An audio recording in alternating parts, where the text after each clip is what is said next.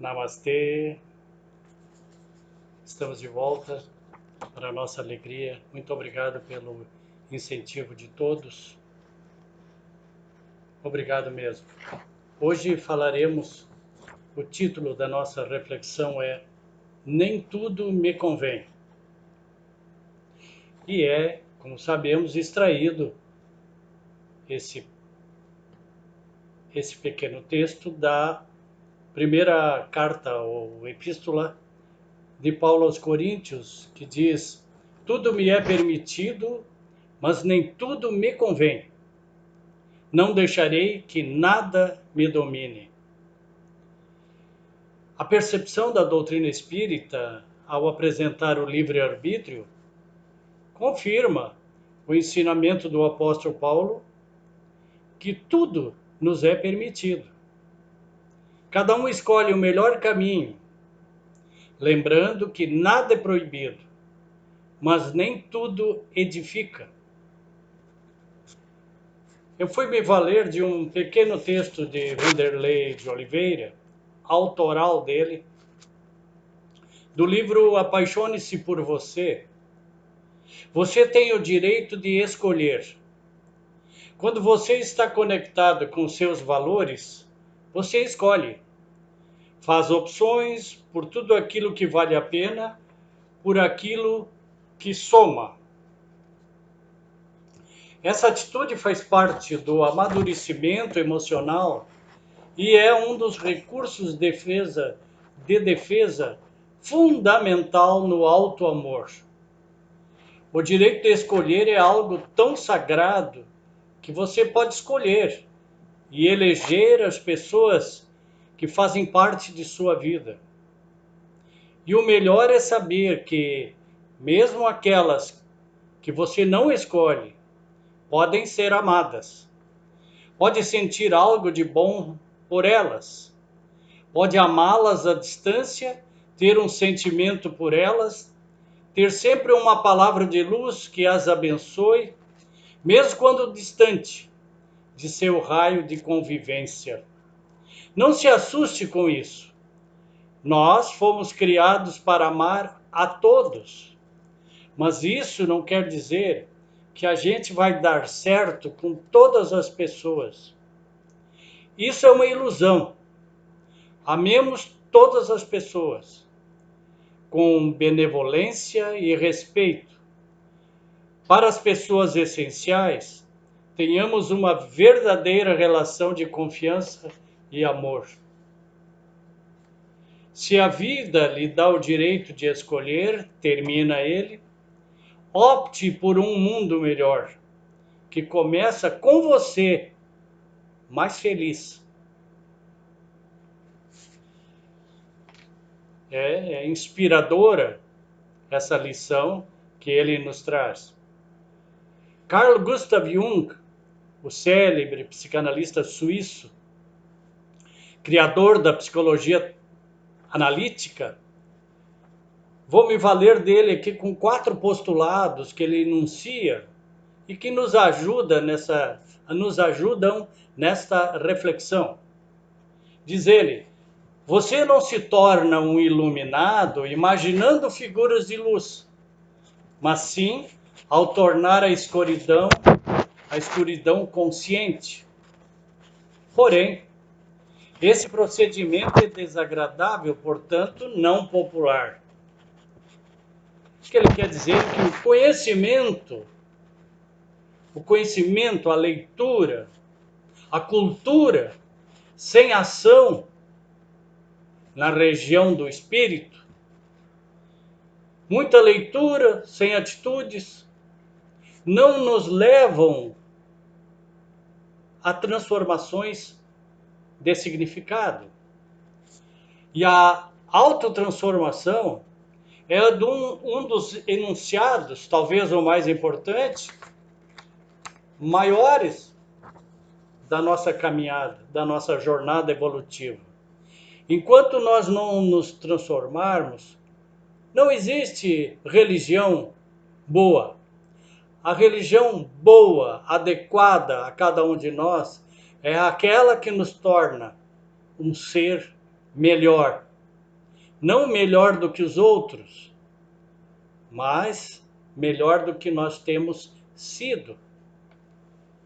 Diz ele ainda numa segunda citação, falo de Carl Gustav Jung: conhecer a sua própria escuridão é o melhor método para lidar com as trevas das outras pessoas. Nas relações interpessoais, nós vemos e julgamos o comportamento das outras pessoas e nos brota uma rebeldia quase que natural, mas que não nos faz bem, porque nós vemos a trave no olho dos outros enquanto não vemos o argueiro no nosso olho. Ou o contrário, né?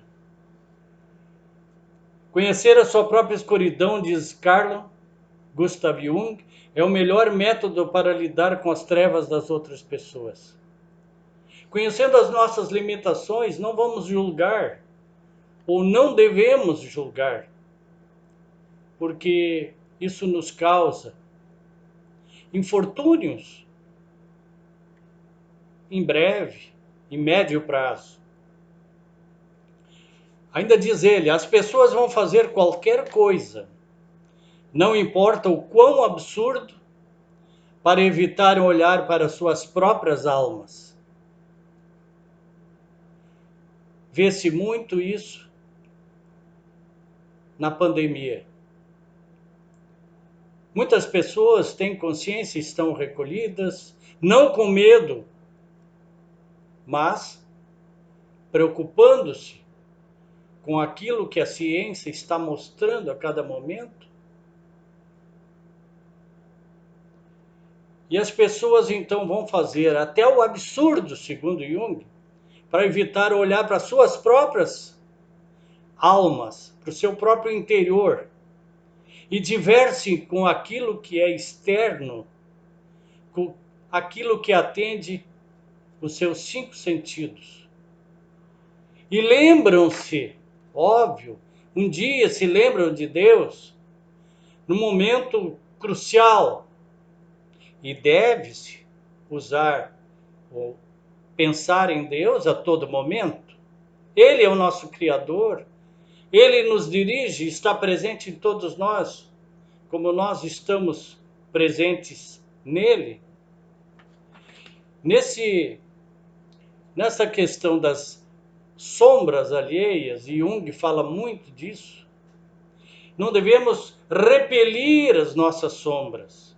Conhecendo as nossas limitações, nós conheceremos também os infortúnios pelos quais os outros passam e teremos, no mínimo, piedade antes de fazermos julgamentos que tanto mal nos fazem. Só imaginamos sempre nesse âmbito do julgamento que as pessoas mudem, que sejam cópias daquilo que a gente imagina ser o correto.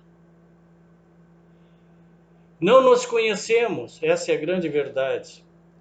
Nós não nos conhecemos como almas, e sim apenas, eu falo de uma grande massa.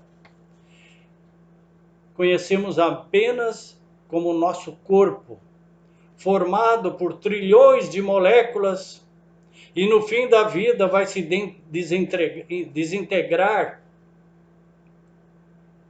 e a pessoa morre. Aí é de se perguntar, qual o sentido da vida? Sofrer, gozar todos os benefícios que uma boa posição social pode me dar?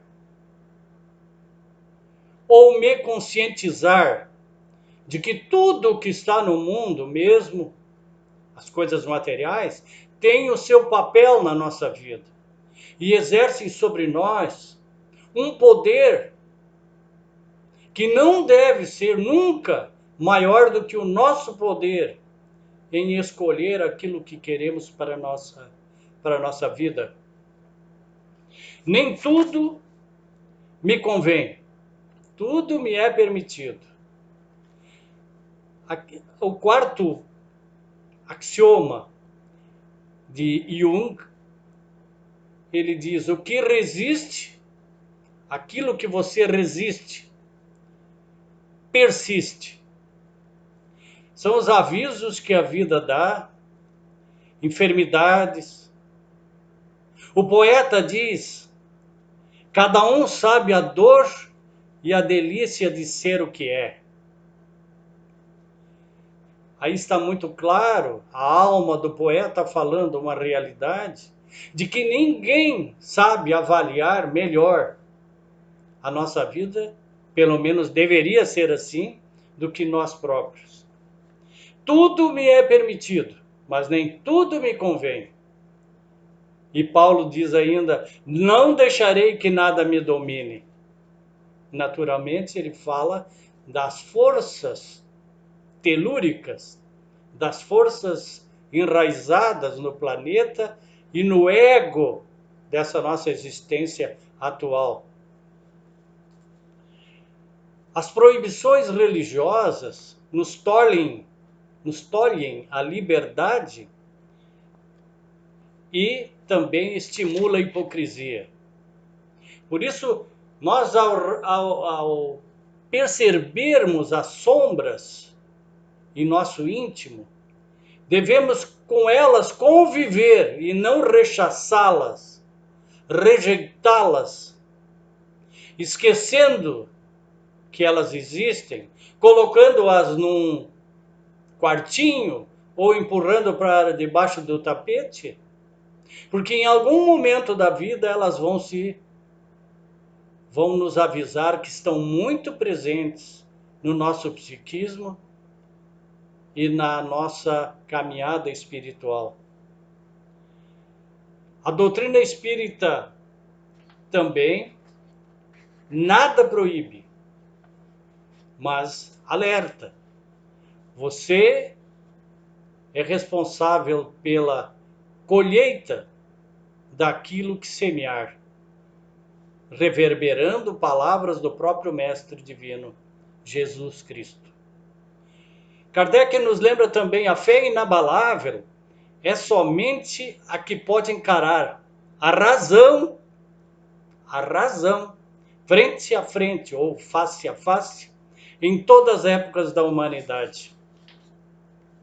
Então não há por que acreditar em Deus. É viver como Deus dentro de si, saber que se é, o que se é, saber da sua identidade.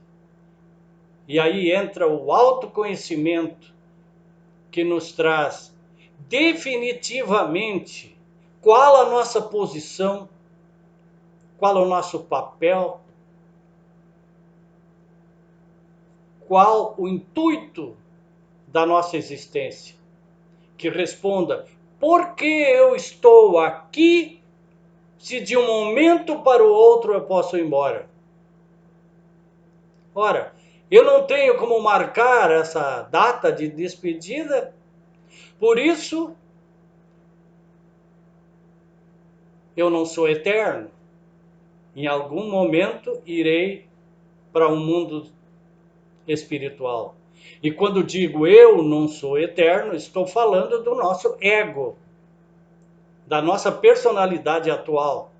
Porque sim, somos espíritos imortais, com múltiplas experiências que nos enriquecem, às vezes nem tanto, mas as oportunidades através da providência divina, da misericórdia do nosso Pai, que nos coloca à disposição meios para desenvolver os valores que precisamos para a jornada.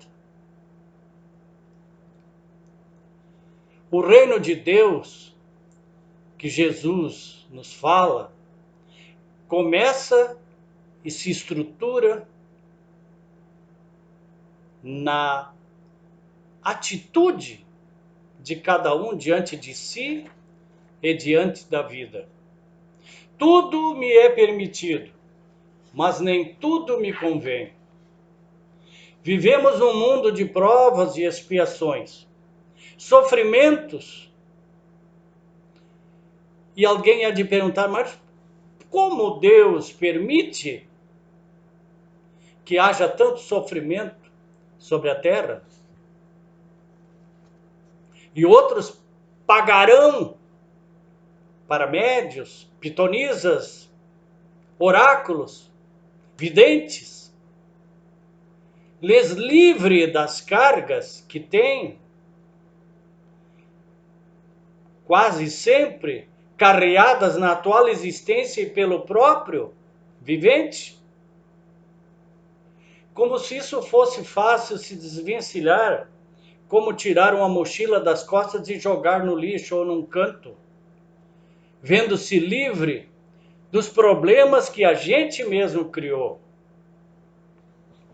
Temos livre arbítrio, como já tenho dito, para escolher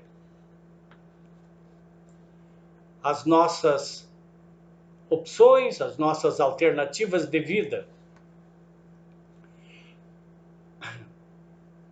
O livre-arbítrio sustenta-se ainda abaixo de duas grandes leis.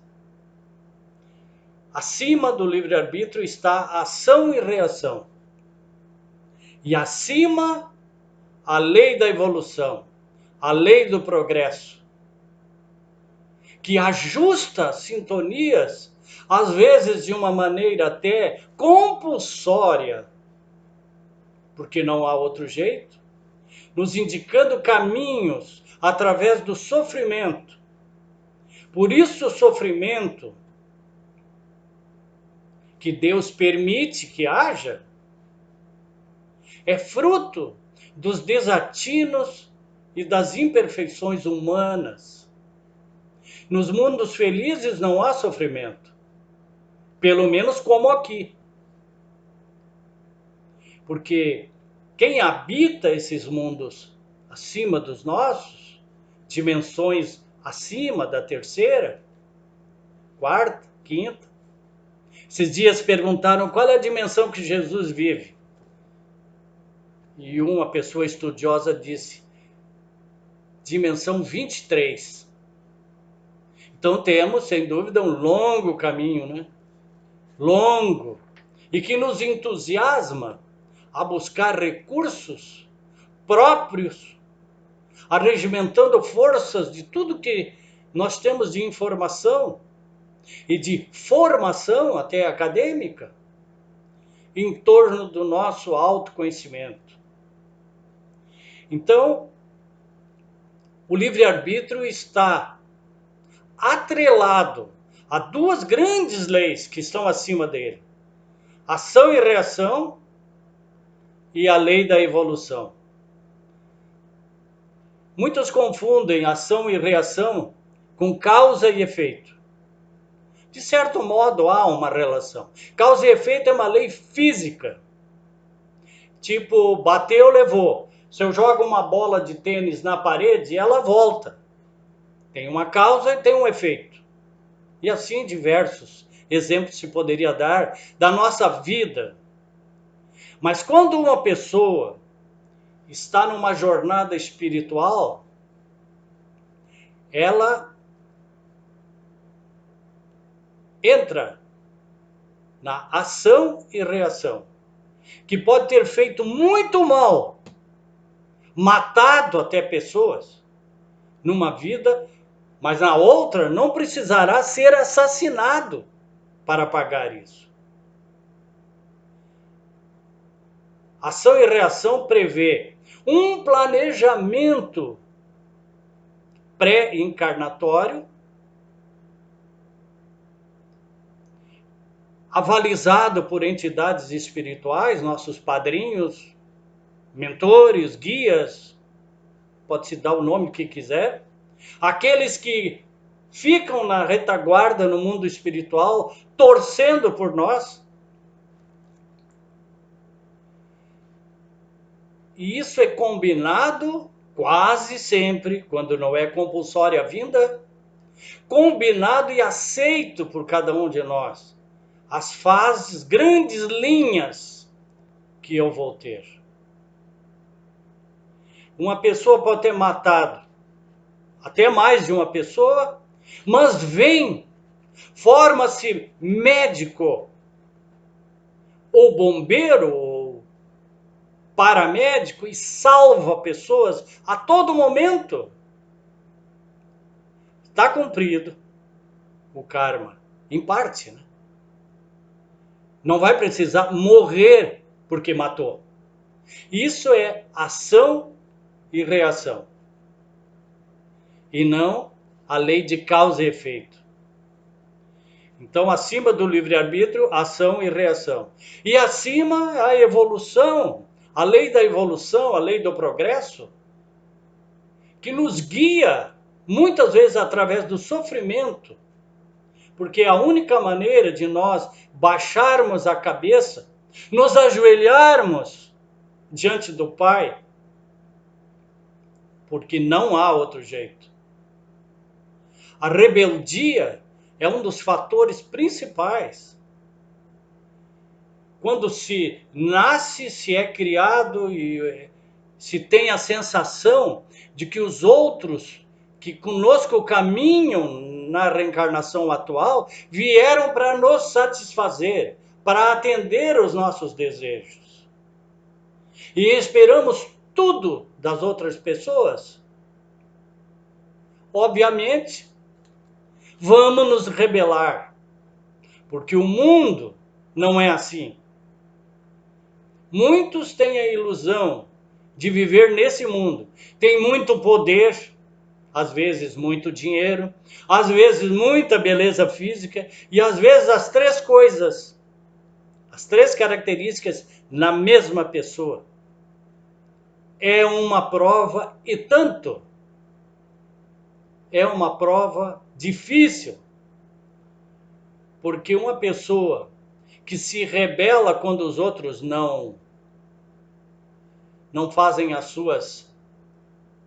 não atendem às suas solicitações, às vezes até absurdas, essa pessoa se torna um ditador. E se tiver poder, vai se endividar muito, muito mesmo. Então a semeadura e a colheita é uma questão de justiça, né? Ninguém vai colher ou colhe além do que plantou. Felicidade, alegria são conquistas particulares, pessoais. E só as teremos se plantarmos isso. De que forma? Lendo muito? Também, mas não isso. Fazendo outras pessoas se alegrarem e terem mais felicidades. Ajudando-as, às vezes com uma palavra, às vezes até com uma admoestação cristã, às vezes com um silêncio.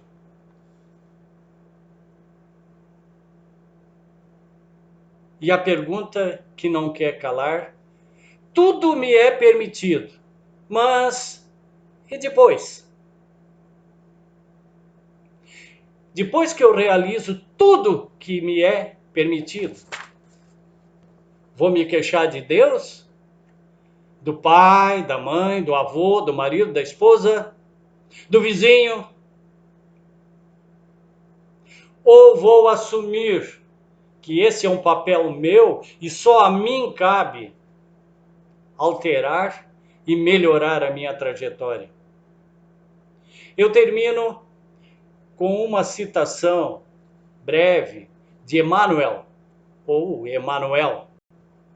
Não permitas que venhamos a cair sob os golpes da tentação de nossa própria inferioridade. Isso ele fala com Deus e diz a Deus. Ao nosso Pai ele fala, Emmanuel fala: não permitas que venhamos a cair sob os golpes da tentação de nossa própria inferioridade. que todos nós possamos nos alegrar, alegrando as outras pessoas de alguma forma, fazendo com que elas reencontrem os seus caminhos num momento tão difícil e possam ter, essas pessoas, uma vida mais proveitosa, mais leve, ajudado pelas nossas palavras, mas principalmente pelo nosso exemplo. Que os exemplos sejam edificantes, não procurando ser modelo para ninguém. Nós somos modelos para nós, hoje, sempre, melhores do que já fomos. Não melhor do que A, B ou C. Melhores sempre. Minhas amigas, meus amigos, namastê, que Deus abençoe a todos, na paz e na harmonia. Até breve.